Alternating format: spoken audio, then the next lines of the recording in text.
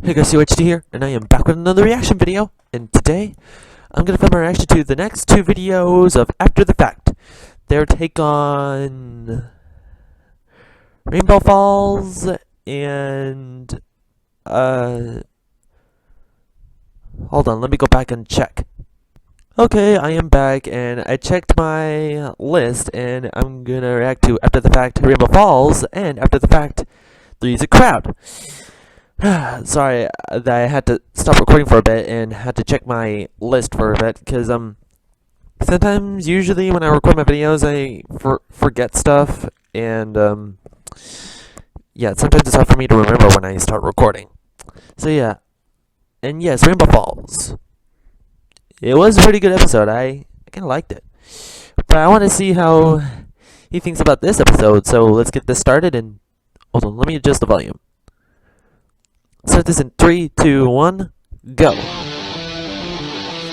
Listen up. I'm here to represent Okay, who is this? Equestrian Games. I have the determination, the athleticism, the heart. I am the cult of personality. Are you a Wonderbolt?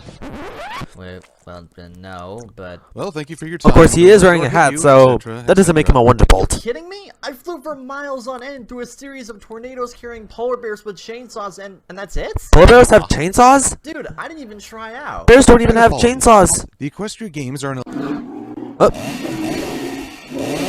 This is so fan-fictional. An elite sports event, and the Wonderbolts are an elite flight team. Kinda follows that Cloudsdale would send their best. If you want to compete, try Ponyville. I hear they'll take any pony. Oh, really? That face. Look, you had to make that face. Comment on the episode together. Wait, are you even on the committee? Do not open. We should go to the tryout grounds. Yeah, let's just get this started, shall we?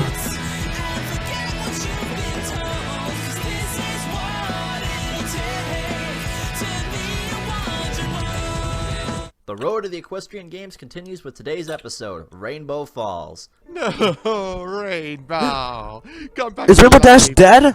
Silver, Oh. I'm pretty sure Nope, she's Rainbow alive. Falls is the name of the place where the qualifying rounds are held. Oh.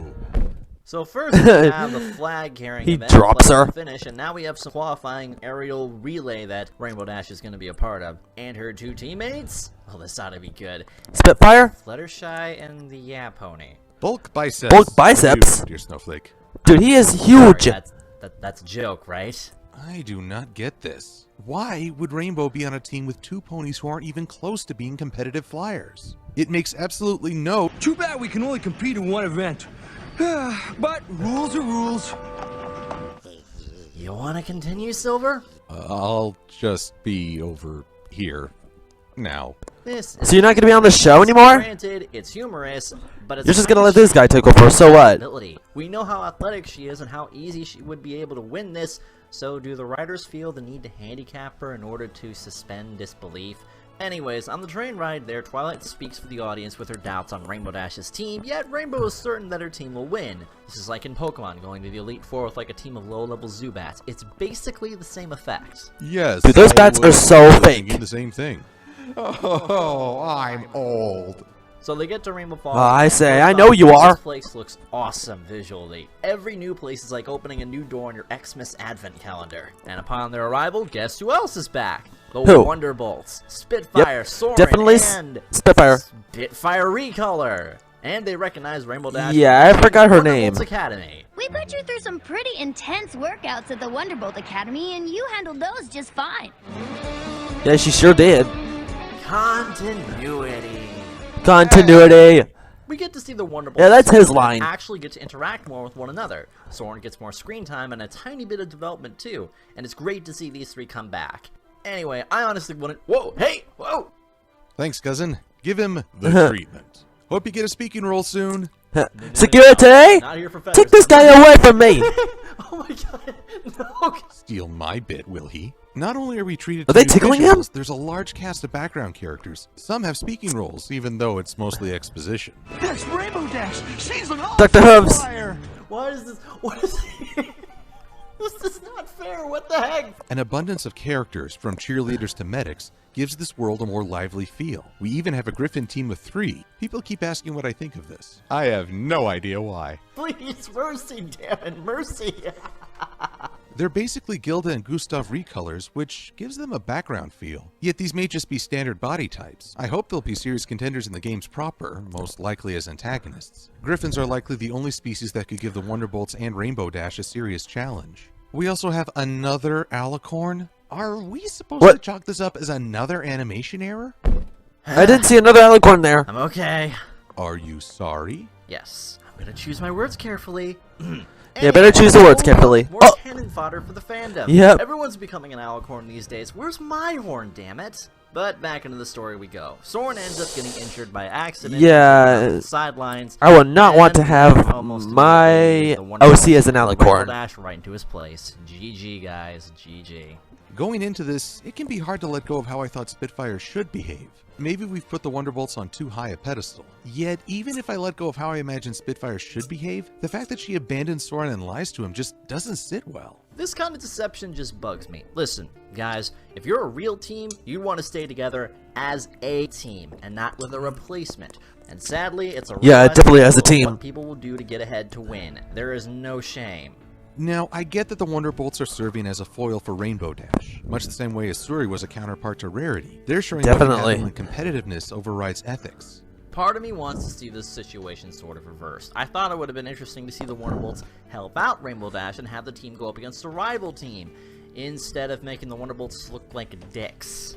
Yet on the other hand, I can understand where Yeah, they were dicks. a skilled stunts team that are in this to win. It's understandable, but going to these lengths just to win still isn't right, and it may or may not send Spitfire's messages getting to massage. how to handle Oh. winning by any means. And that one Now, part let's in be Secret of clear. My Access. Spitfire and Fleetfoot learn a lesson. Yeah, at I'm the glad end, they so added that they're part. hardly irredeemable.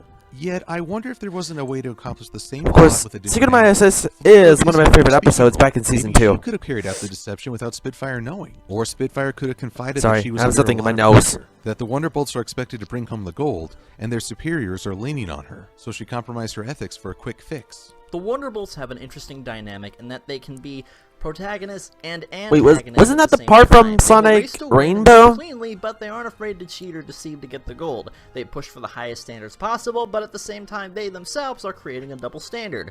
Oh yes, win fairly, but don't be afraid to cheat. The real heart of this episode, however, is Rainbow's struggle. Her dreams versus her relationships. It's a great conflict, though I have some issues with the setup. In order to make the Cloudsdale team more appealing, the Ponyville team is made to look incompetent. For example, Yeah, Rarity ball is a top-level biceps designer who is understands too big for that personality giant and hoop. her personality. Yet this is what she comes up with?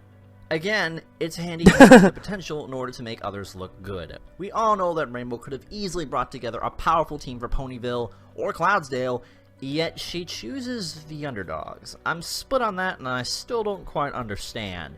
Rarity, Applejack, and Pinkie Pie become side gag characters that, if taken out, would probably have little impact to the story. The only reason Fluttershy and Twilight fit is because Fluttershy is a part of the race and Twilight is the voice of reason / plot device.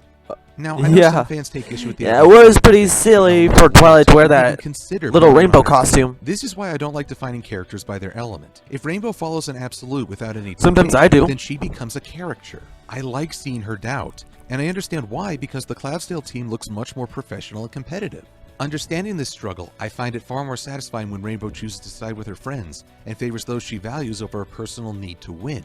This is where I begin to doubt Rainbow's drive to be a Wonderbolt. If she wants it that badly, yet she's willing to give up her dream for her friends more than once, it doesn't make her desire believable. You're right, it makes her a caricature. However, I do side with Rainbow on this one time, because the setup and the way she was lied to would make her winning the relay tainted. Now, if the Wonderbolts had politely Yep. asked and Rainbow asked her friends Definitely. if it was okay, Oh. or if Rainbow hadn't formed a team at all, then maybe it would have been better. Twilight's discussion with Dash is a mixed bag for me. I like that she's taking a role in guiding Rainbow. When without kid dictating what ponies she should do push-ups Yet with her arc wings? seems very one-sided. If you fly for Cloudsdale, Pinkie Pie won't have any pony to cheer for. Rarity's uniforms will never be seen, and Applejack will have slaved over those apple brown Bettys for nothing. This is the spirit of the Olympics. Only a handful get to compete, yet their fans show a sense of national pride via support. So Dash isn't going to compete just to show her own You know, skill. I played a She couple can enjoy the sports, rallying and they were actually really Yet, good. Didn't we already establish that other Ponyville residents They're always easy for me. other events? It's hard to believe that Ponyville is really invested in this competition when they send 2 weak flyers on the team. And on the subject of loyalty, that's a two-way street. Twilight is asking Rainbow Dash to give up on a dream for the sake of her friends. Yet, what are they giving up? Pretty much nothing. Twilight basically guilt trips Rainbow into staying on the Ponyville team, and she doesn't even look at the situation from Rainbow's POV. That could have been an excellent chance at development, guys. Of course, I'm sure that Rainbow Dash will work through this issue by being honest with her friends and talking it out. I've hurt my hoof. Oh! Ah, for the love of Technicolor! Oh yeah, I do remember that part. What in the hell? Pretty much did you Rainbow do? hurt all of her This hooves. is the right decision.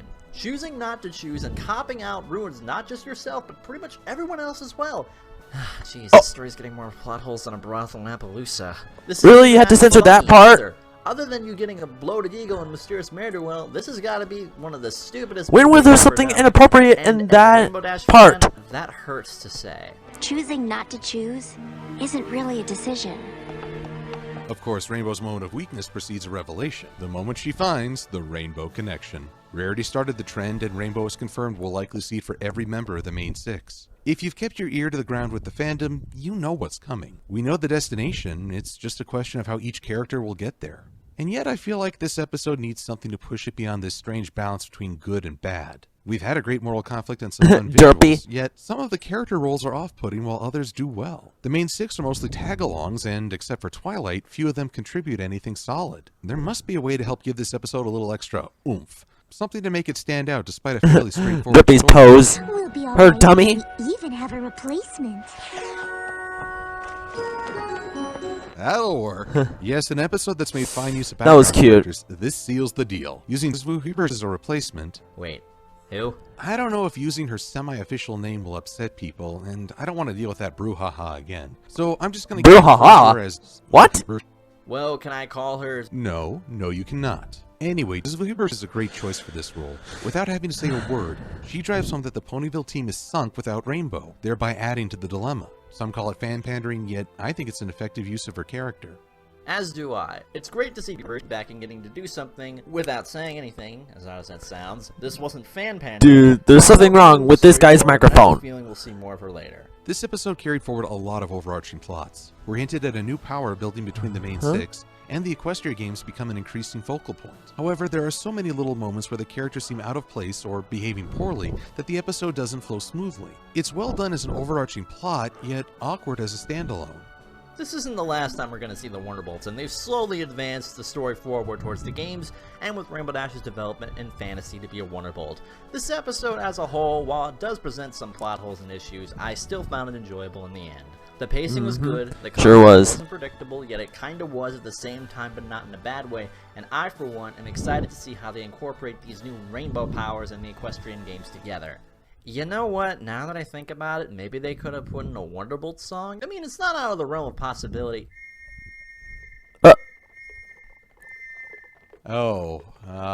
We should be going. Ah, horse feathers. Well, it was an honor to work with you, man. Hope it's not the last, but I got a jet. Up, and away! Whoa, you get See you later, dude. animation? That's great. Maybe I... Oh, come on.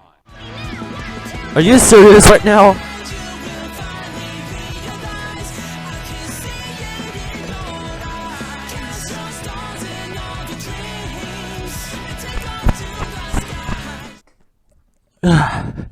Whew. Yeah, that was actually really good. I mean, yeah, that was actually a good song. And tell me, where can you find that song? Because I want to listen to it. Anyways, let's move on to the next video, shall we? Okay, I am back, and I got the next video up and ready, and we're going to react to After the Fact, 3 is a Crowd. And let's get this started in 3, 2, 1, go! I'd like to test some fan reactions. Which is better for you? Guest star number 1 Cadence. or guest star number 2? Oh yeah, Discord! Cameo number 1. Debbie! And cameo number 2. Flash Central, yes! Jeezy Pete's, guys. He didn't even have a speaking role. Come and knock on our door. Come and knock on our door. We've been waiting for you. We've been waiting for you. Oh, is this copyright music? Let's hope not. I'm serious right now, guys. I hope this isn't copyright music. Reveals that she'll be absent for most of this episode. The Equestrian Society for the Preservation of Rare Creatures have given me permission to observe the rarest, tiniest, most adorable magical creatures in all of Equestria. The Breezies! One of the biggest complaints for this season Breezies, is how all huh? 6 ponies are carried into events where they don't necessarily have an impact. And I think this episode takes the right step in giving the ponies reasons to be absent. It's just a shame that we'll never see how Fluttershy's trip went. We're Subtle. gonna enter a phase where What? the humor is very hit or miss. Going over each joke would likely fill an entire video, so I'm going to generalize. Subtlety wins the day here. The jokes that made me laugh Okay. are actually very subdued, except for Pinky's farewell to Fluttershy.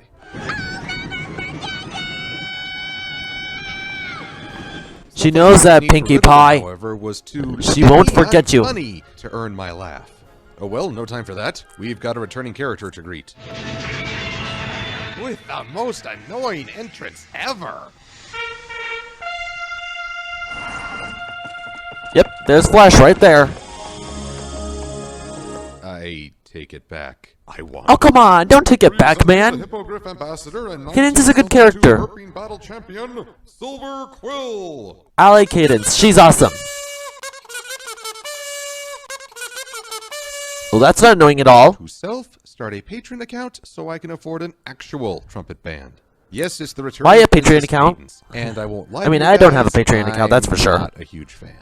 It's not that I think Cadence is a bad. Not a big character. Cadence fan, huh? He's had plenty of triumphant What? moments, some funny scenes, and a gorgeous singing. Wait, hold on. My main.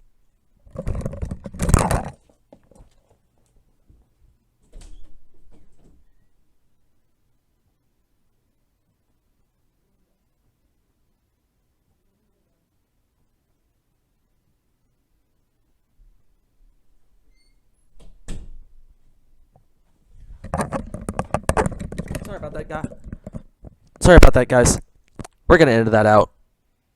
main issue is that none of these events have a lasting impact on her character. Even with 6 episodes where she's been a large feature, Cadence is still presented as a perfect princess who suffers no internal conflict. By contrast, we've had supporting characters who only appeared briefly and yet established much more diverse personalities by being fallible. Cadence isn't a bad character. She's a character who hasn't been allowed to grow. We also see, oh my gosh, a Crystal Pegasus! A Crystal Pegasus, yes! There's Flash Sentry. Yep. Comparing this cameo to Rainbow Falls, I Love 'em. realized just how well Zookeepers was used. If Oh. I didn't know a thing about this show or this character, Did you just reverse your I would own have sentence? that she's a poor substitute for Rainbow Dash. Flash's appearance doesn't work so well. Had I not seen Equestria Girls, I'd have nothing but questions. Who is this pony? Why does he have different armor? Why isn't he Crystal too? And what's You know, some people think that Flash Sentry is a bad character, but I think he's a good character. Well, I've certainly been talking I about mean, there could be some Flash Sentry fans, but I'm not really a Flash Sentry fan, but Let's bring I in a like him. character that I just like 90% him. of the fandom, including me, seems to gush over. The return of Discord, who's feeling a little blue. And we're treated to some additional humor as the main 4 make it clear that they're not thrilled to see him. Of course, why just should some they? of the main Last time he 6. got them all killed while treating it as entertainment. Fluttershy may be the only pony willing to show Discord friendship, yet he's hardly reaching across the aisle here. In fact, he keeps referring to friendship as more of an obligation and a guilt trip than a bond. Isn't that what friends are for? Taking care of each other. Let the healing begin. I'm pretty sure that John Delancey could read a shopping list and I'd be entertained. He is the Chuck Norris of voice actors. 1 cough equals a roundhouse kick. One of the best Nice. things about trickster personas is that you're never sure if they're being honest. He might have the flu, or Yeah, this there are some might be things deceptive. that I do remember about John Unfortunately, Delancey. if He you look at was the main 4 from the story he was of in Rolls one of and the Mustache, it's clear that this is a ruse. and he's Star here to mess Trek with Twilight and Cadence. shows, Mess away he does, as we have like the old A generations. little glass of water, please. A fresh pressed hanky if I sneeze. John Delancey singing Whenever you can brew it. from My Little Pony. My goodness, Yes. I'm a nincompoop because I fear I got the John Delancey in soup and skulls made out of sinews. from My Little Pony. And silk or something shiny of that ilk. And then I'll need Yep, some your brain explodes. Sure, it's not the secret as even Delancey himself says he's not a great singer. something yummy piled up with noodles. Yet it's fun and energetic, and I enjoyed the pop culture references. You know, as someone who's not exactly subtle with references himself. Plus, there have been worse attempts at singing.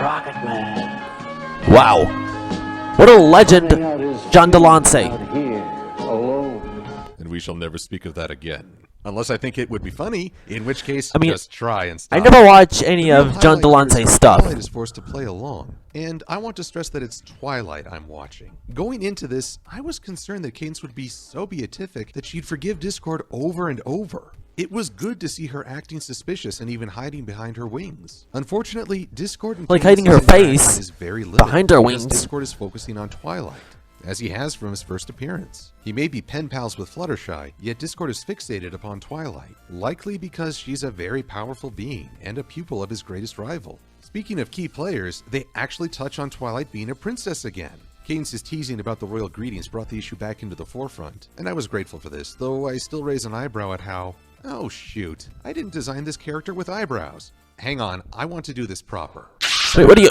I still raise my Oh, okay. Two royals can attend an exhibit That without was... being turning to law. That's a bit The silly. fact that they at least touched on this really tempers my reaction. It feels like What about the they're Flash? finding the balancing point betwing forgetting that Twilight is a princess. Oh, and playing a the princess eyebrows with is power Flash's sometimes hair. just to get Oh the my name. god. And the Poor conflict doesn't Flash. stop there. After Discord's deception is revealed and Twilight is ticked off at nearly being eaten by a sandworm from Beetlejuice? Or Dune? Well, she's got a right to be cheesed, and yet Discord actually throws her rank back in her face again. Now that she's a princess, maybe she's decided that she's too good for you. I have never considered myself too. But how was I supposed to know? Even though it was just a joke, Cadence reminds Twilight and the audience that being a leader can call for theatrics. Discord acts as a dark foil for Twilight by implying that her station will make her arrogant. This coming from a guy who was Yeah, an arrogant, very powerful arrogant. tyrant. Before I villainize him too much, I want to point out that Discord was just as surprised as any pony by the Dune Worm thingy. Yes, he tried to ruin Twilight's day with Cadence. Yes, he teased them to the edge of Equestria to fetch a fake cure, but I don't think that he intended for Yeah, and then Twilight just to ruin their day. This time he seems genuinely ignorant. He's powerful, not omniscient. If he were, you'd think he'd know how to dodge. Summarizing this episode feels weird because I can almost skip everything in the middle. Discord's hijinks are fun, and his and Twilight's characters are on full display, yet there's nothing really new to them. Cadence remains safely neutral, neither helping nor hurting the episode. I feel like it was a lost opportunity, and I'm pretty sure we'll never see her move beyond the fairy tale princess role. We do, however, get to see Cadence and Twilight taking full advantage of their alicorn status, which was a fun battle to watch. I still hope that Twilight's peers will have a chance to mentor her, yet this episode pitched Yeah, the setup as a meeting definitely. with sisters-in-law, so I won't look for a lot of lessons this time. For some fans, this episode is pure. Harry Potter. For others, it's the worst kind of filler. For me, Yeah, it's a that fun Harry time Potter with reference. balance and is harmless overall. I'm Silver-Quill, and I just realized how introducing new creatures usually goes. For Uh-oh. You're doomed.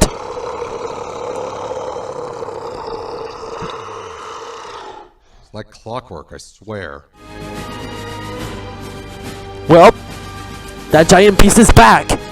And you're doomed, Silver-Quill. Yep, definitely Beetlejuice. I am the Kwisatz Haderach. Good grief, that's hard to say. Yeah, I agree. I agree.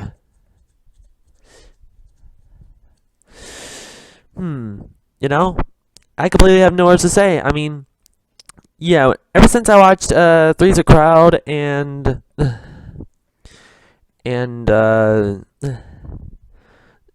Rainbow Falls, yeah, I thought those were good episodes. I mean, yeah, even when I did see that Cadence and Twilight's day was ruined, I felt bad for them, but they did spend some time with each other. Yeah, I really appreciate that. Yeah, and for Rainbow Falls, yeah, I kind of felt bad for Rainbow when she was like, like when she got crushed by Bulk Biceps and I think Fluttershy, I think. But yeah, those 2 episodes were pretty good. And Silver-Quill, I bet you thought those 2 were good. Anyways, I'm gonna get off here, guys. Once again, guys, thanks for watching and ahoy!